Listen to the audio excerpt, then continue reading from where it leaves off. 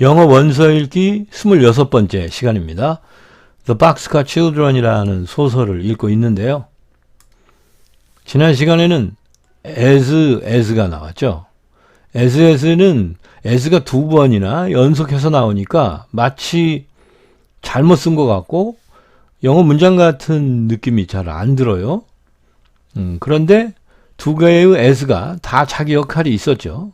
이 앞에 있는 as는 much에 대한 부연 설명이 존재한다는 표시로 사용된 겁니다.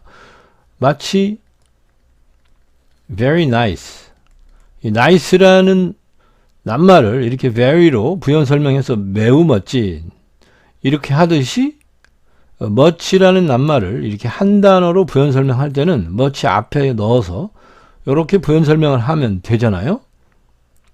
그래서 해석을 할 때에는 as의 원래 뜻이 이제 정도, 같은 정도, 만큼 이런 뜻이니까 이 정도로 많은 주의력을 가지고 이렇게 해석하면 됩니다. 그리고 이제 이 정도로 많다는 게 어느 정도나 많느냐? 그것은 구체적인 정도 표시는 이제 뒤에 있는 as부터 시작이 되는 거죠. 그래서 그 여자가 it, 그 문을 열던 것과 같은 정도, 그 정도로 많은 주의력과 함께 이렇게 해석하면 되죠.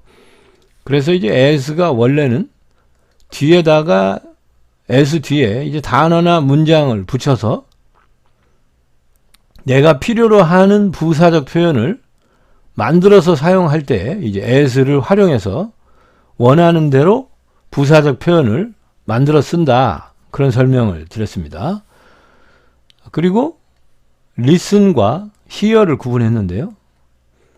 둘 다 듣다라는 뜻으로 해석이 되지만 hear는 의도 없이 우연히 자연히 들려서 들은 거고요. listen은 이제 일부러 들으려는 목적으로 귀를 기울여서 일부러 듣는 거죠. 그래서 저는 이제 listen을 귀 기울이다 라고 해석하는데요. 귀를 기울일 때는 이제 기울이는 방향이 있겠죠. 뭔가를 듣기 위해서 일부러 귀를 기울이는 거니까.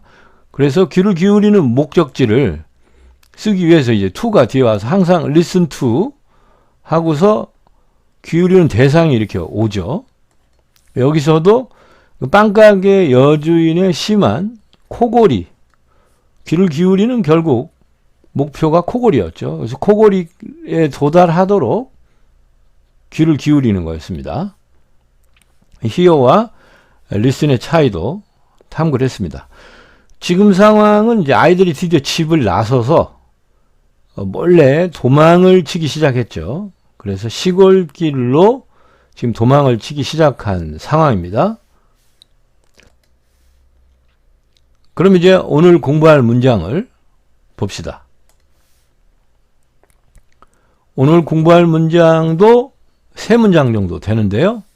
첫 번째 문장부터 한번 살펴보죠.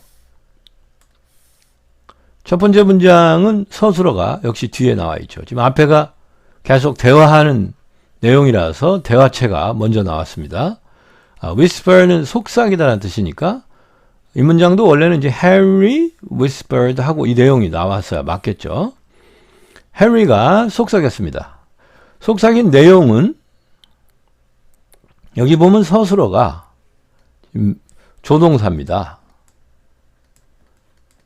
오늘 공부할 내용이 조동사인데요. 조동사는 보조동사라서 조동사라고 할까요? 조동사가 표현하는 것은 무엇일까요? 조동사가 뭘 표현하느냐 이런 말이 다소 생소하게 느껴지실 텐데요. 이제 저는 조동사를 이렇게 이해하고 있습니다. 조동사는 화자의 판단을 표현한다. 화자라는 것은 이제 이게 대화할 때 화자라서요. 대화. 말을 하는 사람, 말하는 당사자를 이제 한자로 화자라고 하죠. 그리고 판단이라는 것은 그 생각?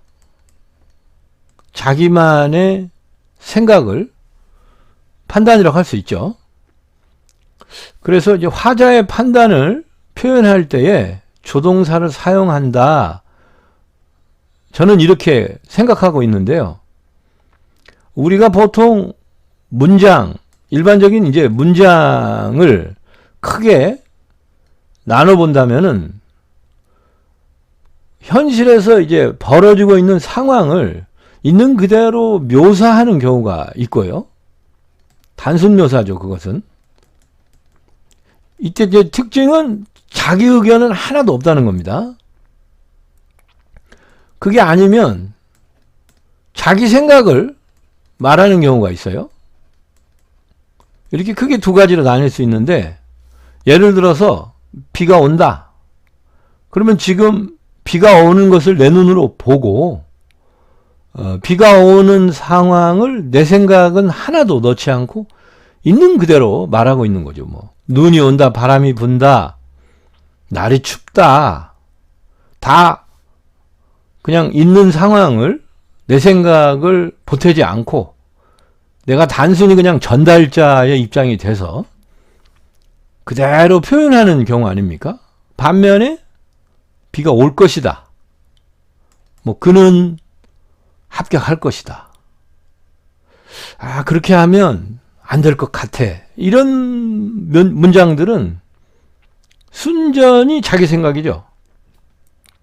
있는 사실을 그대로 전달하는 게 아니라 온전히 그냥 생각 또는 이제 판단을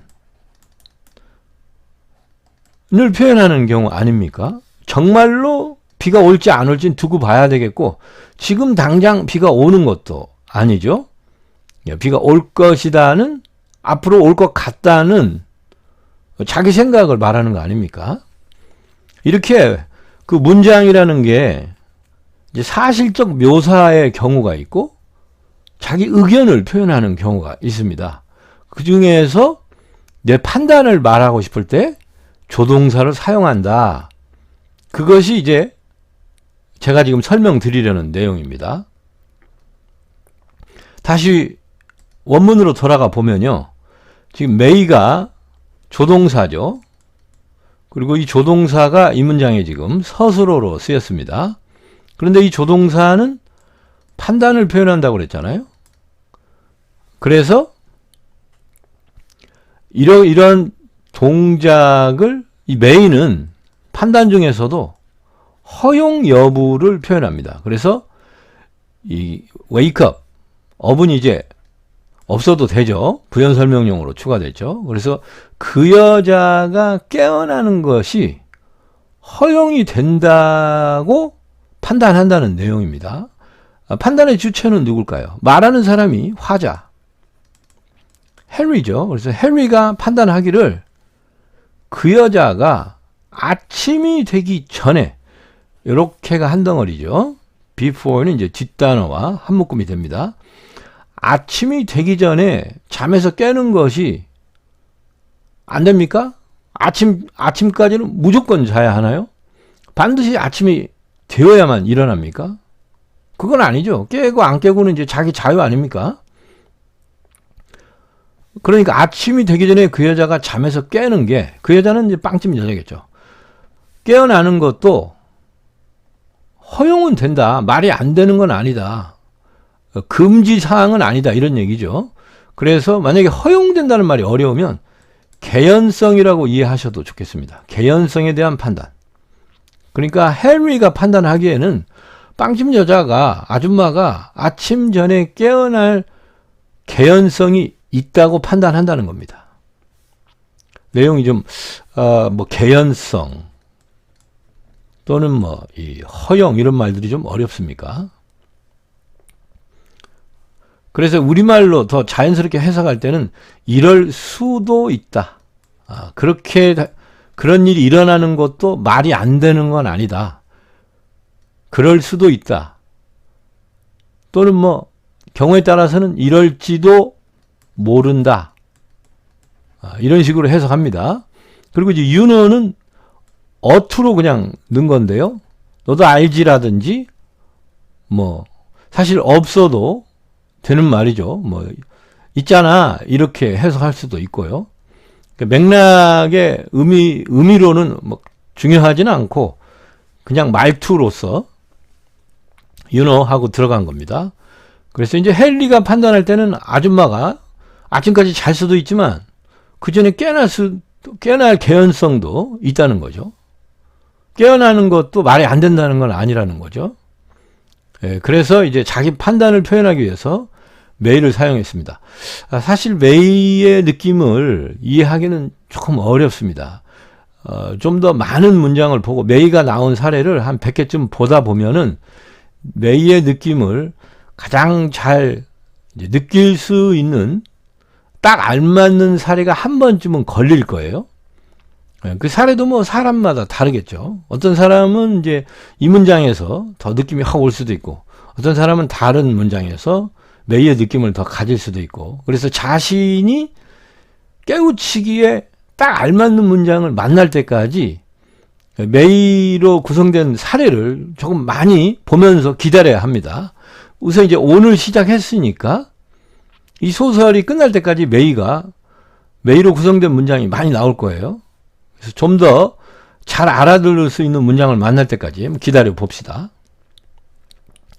자, 그리고서 이제 헨리가 계속 말을 하는데 이번에도 이 머스트가 또 조동사죠. 역시 이제 판단을 표현하죠.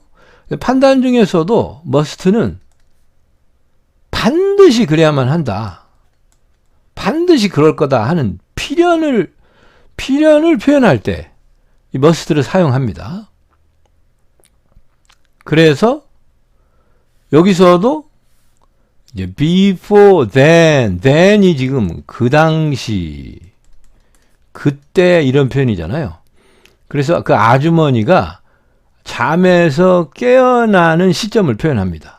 그래서 아줌마가 잠에서 깨어나는 그때 전에 before는 항상 뒷단어와 한 묶음이 되죠. 아줌마가 깨어나기 전에 우리가 반드시 두해야만 한다. 실행해야만 한다. 뭐를? EST가 붙었으니까요. 가장 빠른 워킹, 걷기라고 해석하면 되겠습니다. 걷기, 걸음, 도보, 어떻게 해석하든요. 우리의 가장 빠른 걷기를 실행해야만 한다. 실행하는 것이 필연이라고 판단한다는 거죠. 누가 판단하는 겁니까? 역시 계속 말하는 중이니까 헨리가 지금 말하고 있잖아요. 그래서 헨리의 판단을 말하죠. 그리고 이 판단이라는 것은 마음속에 자기 생각을 말하는 거잖아요. 그래서 이 어떤 동작을 보통 이제 조동사 뒤에 동사가 오지 않습니까? 그때 이 동작은 실제로 벌어지는 상황이 아니고 실제로 이 동작을 하는 것이 아니라 마음속으로 그렇게 해야만 한다. 그럴 수도 있다 하는 생각을 표현하는 것 뿐이잖아요. 그래서 실제로 일어나는 일이 아니기 때문에 현재 시제나 또는 과거 시제나 이런 시제를 적용할 수가 없습니다. 그러다 보니까 조동사 뒤에는 항상 동사 원형을 쓰게 돼 있죠. 그래서 앞문장에서도 보면은 이 메이가 이제 조동사였죠. 이걸로 이 페이지로 볼 게 아니라 이 페이지로 볼까요? 그럼 여기 지금 조동사였고 뒤에 웨이크 동작이 원형이 쓰였죠. 이렇게 항상 조동사 뒤에는 원형이 쓰이는데 그 원형이 쓰이는 이유는 이 동작이 실제로 실행되는 동작이거나 과거에 실행했던 동작이거나 그런 현실이나 과거나 실제 행동이 아니기 때문에 시제에 적용을 할 수가 없습니다. 그래서 원형을 쓰게 되는 겁니다. 그리고 여기 이제 EST 최상급이 왔죠. 이렇게 가장 뭐뭐한 이럴 때는 최고는 언제나 하나로 특정이 되니까 더를 쓴다고 그랬는데요. 여기선 더가 안 쓰였습니다. 그러면 EST는 더와 함께 사용한다 이런 문법은 틀린 말일까요? 틀린 건 아니고요. 여기 더 대신 our가 왔죠. 이게 our나 his나 my나 또는 you나 어나 이런 낱말들은 어차피 여러 개의 사물 중에서 딱 하나로 나의 것, 그의, 우리의, 어떤 한 단위 이렇게 지정을 구체적인 하나로 지정을 해주기 때문에 요런 낱말들을 저는 이제 한정사라고 부릅니다. 한정한다는 것은 이제 여러 개 중에서 범위를 하나로 이렇게 좁혀준다는 의미에서 범위를 한정해 준다는 뜻에서 제가 마음속으로 생각할 때는 이제 한정사라고 부르는데요. 이렇게 어차피 한정사를 쓰기만 하면 됩니다. EST가 사용될 때는. 그래서 한정사 중에 덜을 많이 쓰기는 하지만 여기서는 이제 hour를 썼죠. 이렇게 hour를 써도 상관이 없다. 제가 이제 영어 문장을 공부하는 과정에서 제 나름대로 가장 쉽게 이해하기 위한 방편으로 저만의 그 용어들을 만들었어요. 이 must나 앞에서 본 may나 이런 조동사를 저는 판단사라고 불러요. 판단을 표현할 때 사용하기 때문에 그냥 판단사라고 마음속으로 생각합니다. 조동사라는 명칭이 그렇게 느낌이 잘 안 와요. 이해하는데 도움이 잘 안 되더라고요. 그래서 이 hour도 이 the나 이런 것도 정관사라는 표현을 쓰는데요. 저는 한정사라는 용어를 제 마음속으로 만들어서 사용합니다. 이렇게 여러분들께서도 자기가 이해하기 더 쉬운 용어로 만들어서 사용하시는 것도 한 가지 공부 방법이 될 수 있습니다. 이제 의사소통을 위해서는 모두가 함께 사용하는 용어를 사용하는 것이 맞겠죠. 그런데 때로는 문법책에 나오는 용어들이 무슨 이유로 그런 이름을 붙였는지 잘 납득이 안 될 때가 있어요. 그럴 때는 이제 자기 마음 속으로만 혼자 사용하더라도 자기가 가장 빨리 느낌을 가질 수 있는 용어를 스스로 이제 만들어서 사용하시면 좋겠습니다. 가장 알맞는 용어가 뭔지 막 찾다 보면은 오히려 더 깊이 연구하게 되고 그렇게 용어를 하나 만들고 나면 영어 실력, 문법에 대한 실력이 더 깊어질 겁니다. 자, 그래서 지금 헨리가 뭐라고 말했냐면 이제 자기 판단을 계속 속삭이는 거죠. 그 아줌마가 아침까지 잔다는 보장도 없고 우리는 아줌마가 깨기 전에 그러니까 지금 1시간 뒤에 깰 수도 있으니까 하여간 최대한 빨리 걸어서 거리를 많이 벌려놓는 것이 필연이다. 최대한 빨리 걸어야만 한다. 반드시 그렇게 해야만 한다. 하고 자기 판단을 지금 표현하고 있습니다. 자, 그리고 계속 말을 지금 여기까지 이제 말을 했어요. 속삭이는데 여전히 판단을 계속 표현하고 있습니다. 오늘은 지금 판단사가 종류별로 거의 다 나오고 있죠. 그래서 이 판단사를 공부하기에 가장 좋은 날인 것 같아서 오늘 공부할 내용을 지금 이 조동사로 고른 겁니다. 이 can은 이제 이 문장의 서술어인데요. can은 표현하는 것이 일단 가능성 여부에 대한 판단이라고 표현할 수 있는데요. 이 뒤에 있는 동작을 실행할 여건이 되는지 안 되는지, 가능한지 안 가능한지를 이제 판단할 때 can을 사용합니다. 그런데 하필 이 뒤에 지금 동작이 조금 더 이해하기 쉬운 동작이면 이 can을 설명하기가 더 이제 유리한데 지금 온 동작은 get은 상당히 좀 어려운 낱말이라 이렇게 되다, 어떻게 지다, 뭐뭐해 지다 이런 표현이라서 제가 설명을 드리더라도 여러분이 납득하기가 쉽지는 않을 것 같아요. get 뒤에 이렇게 to가 오면은 to가 이제 도달하도록, 뭐뭐에 뒤에 거에 도달하도록 또는 뭐 이르도록 이런 뜻이라서 마을에 도달하도록 된다. 타운에 이르도록 된다. 이런 뜻이라 get to를 이제 수거로는 도착하다라고 설명합니다. 글씨를 제가 막 흘렸으니까 급하게 쓰니까 자꾸 그렇게 되네요.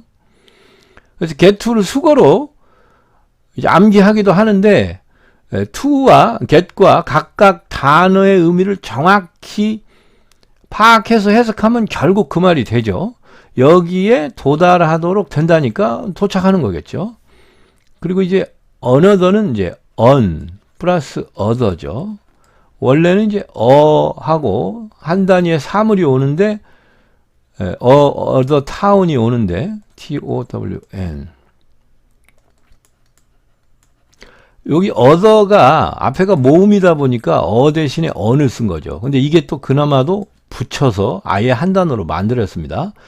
그래서 또 다른 다른이니까 한 단위의 다른 마을이니까 또 다른 마을이 되는 겁니다.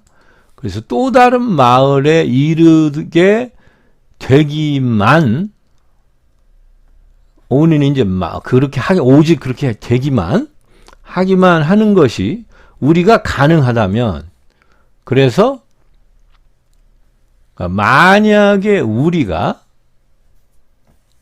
또 다른 마을에 이르는 것이 오직 가능하기만 하다면 이렇다 그 얘기인데 여기 before가 왔어요.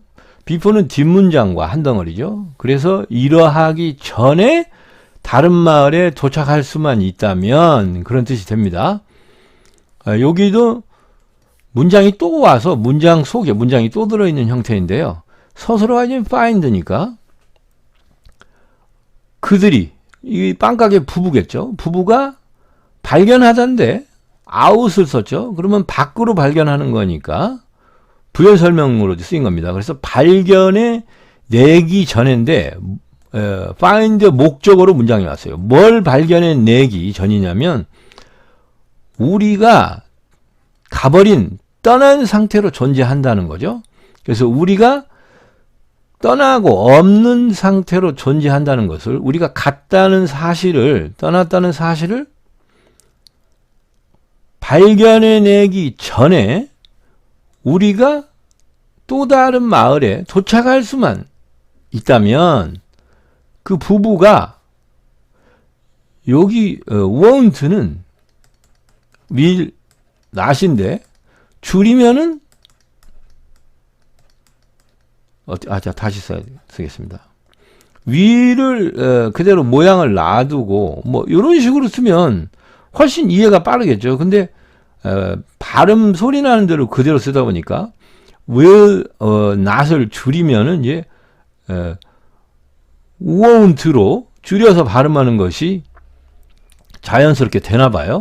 그래서 소리 나는 대로 쓰다 보니까 이제 will이 WO로 줄었습니다. 그래서 여기도 조동사가 쓰인 거죠.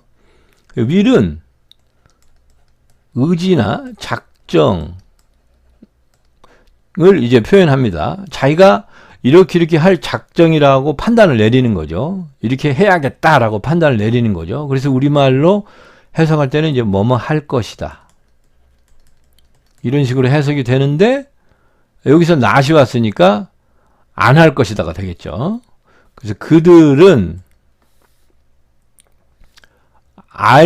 작정이다, 알 것이다인데 알지 못할 것이다. 그래서 사실 안다, 모른다는 이제 안다는 이제 내가 알아내려고 의지를 가지고 하는 거니까 의지적인 표현이 좀 되긴 됩니다만 부정을 하게 되면은 일부러 의지를 가지고 안 알아내는 건 아니잖아요. 그래서 이제 부정이 되면 의지의 느낌이 잘 없죠. 그래서 뭐를 모를 것이다. 뭐를 모르냐면 요 전체 내용이 지금 목적어죠. 이게 이제 어느 해서 이렇게 명사 way를 꾸미니까 어느 길, 어느 뭐 방향으로 해석할 수도 있겠죠. 어느 길로 갔는지 모를 것이다. 근데 우리가 어느 길로 갔다는 뜻이 아니고요. 이 to go, 투부정사가 왔죠. 투부정사가 way를 부연 설명하는 명사를 부연 설명하니까 형용사로 쓰였죠. 그래서 이제 투부정사의 형용사적 용법에 해당합니다. 투부정사가 형용사로 쓰일 때는 두 단어로 명사 하나를 꾸며야 되니까 항상 명사의 뒤에 배치됩니다. 그래서 투부정사 바로 앞에 이렇게 명사가 오게 되면 형용사로 쓰였을 투부정사의 형용사적 용법에 해당할 가능성이 매우 높아요.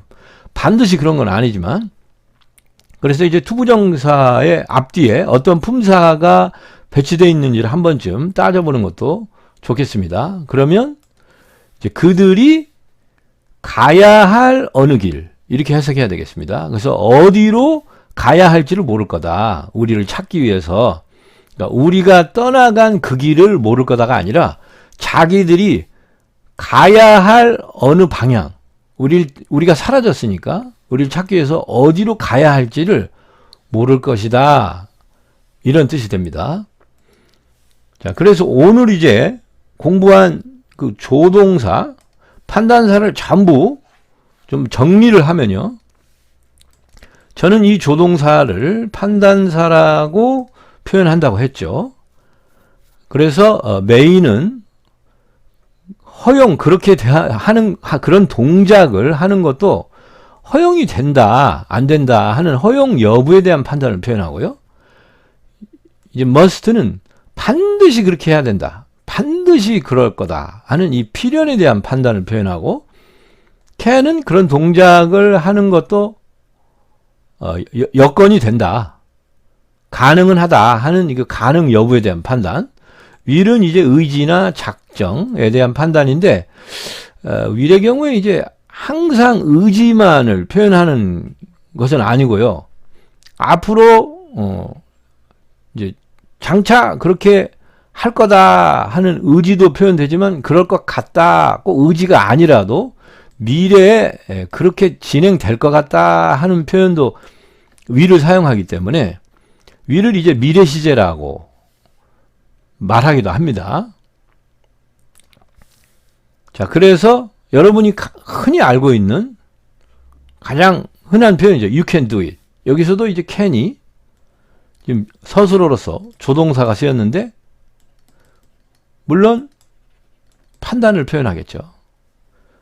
그래서 그것을 실행하는 것이, 실행할 여건이 된다고 판단하는 거죠. 그때 이 판단을 하는 사람은 주어인 you일까요? 아닙니다. 판단을 하는 사람은 이 말을 하는 당사자입니다. 화자. 사실 이 서술어에, 저는 이제 이 can을 서술어로 보는데요. 이 문장의 서술어인 can의 주체는 이 문장 속에 없습니다. 이 문장을 말하는 사람이고, 굳이 이제 표현을 하자면 나는 이렇게 판단한다 말을 하는 사람이 이제 내가 말을 하는 거니까 화자는 나가 될 수도 있겠죠. 그래서 문장 속에 서술어의 주체는 없다. 그럼 you는 뭐 주어 자리에 왔는데, you는 뭐냐? 이 동작의 주인공입니다. 그래서 그것을 실행하려는 그 주체가 you라는 거죠. 그래서 네가 그것을 실행하는 것이 여건이 된다, 가능하다라고 내가 판단한다는 거죠. 그리고 실제로 이런 일은 you가 it를 실행하는 일은 벌어지고 있지는 않죠. 현재 그렇게 하고 있거나 과거에 그랬거나 그런 건 아니잖아요. 내가 판단할 때 이제 그렇게 하는 것도 가능은 하다라는 말로만 한번 해보는 거 아닙니까? 그래서 이 동작은 시제가 필요가 없습니다. 정말 일어나는 일도 아니고 과거에 했던 것도 아니고 또 앞으로 그럴 거다 하는 것도 아니죠, 사실. 그래서 이제 미래 시제에 해당하지도 않지 않습니까? 그래서 시제 적용을 받지 않기 때문에 그냥 원형을 그대로 쓸 수밖에 없습니다. 그래서 이제 문법적에서 조동사 뒤에는 항상 동사 원형이 온다, 이런 말을 하죠. 그리고 이제 저는 이 can을 조동사지만 조동사로서 이제 보조적인 의미로 이름을 붙여놨습니다만, 저는 서술어로 보는데요. 서술어는 특징이 시제를 표현하기 때문에 과거 시제로 쓰일 때가 있습니다. 그래서 캔이 could로 쓰일 때가 있죠. 여러분도 아마 캔이나 could를 많이 보셨을 거예요. could로 이렇게 쓰이고 있다는 것은 과거 시제로 지금 캔이 쓰이고 있다는 건 시제를 표현하고 있다는 것이고, 시제를 표현하는 것은 문장에서 언제나 서술어가 표현합니다. 그렇기 때문에 이 캔이 틀림없이 지금 서술어로 쓰이고 있는 거예요. 그리고 이 뒤에 있는 동사를 이제 문법책에서는 이제 본동사라고 표현하는데요. 이 주어가 실제로 실행하려고 하는 동작이기 때문에, 그래서 이제 do를 서술어라고 보기도 하는 건데, 제 생각에는 이 do는 시제 표현이 전혀 없어요. 항상 원형만 쓰죠. 그래서 저는 이 do가 서술어를 담당하고 있다고 생각되지는 않습니다. 그런 점에서 이제 제 생각이 문법책과 조금 다른데요. 문제는 앞에 주어가 he라면 can이 서술어이든 do가 서술어이든 3인칭 단수가 주어인 경우에 서술어는 s를 붙여야죠. do 같으면 이제 es를 붙여야 하지 않습니까? 그러면 he can does it 그러거나, 아니면 he can't do it 그러거나, 어쨌거나 주어가 3인칭 단수면 이 중에 서술어를 담당하는 어떤 낱말이든 s나 es나 이런 게 붙어야 하잖아요. 그런데 문장을 보면 he can do it 그럽니다. 또 she can do it 그러죠. 물론 do는 does를 쓰지 않습니다. 원형만 쓰기 때문에. 그러니까 can이 서술어라고 제가 주장함에도 불구하고 he나 she일 때에는 그러면 왜 can't로 안 하느냐, 이런 문제도 있죠. 근데 이것도 오히려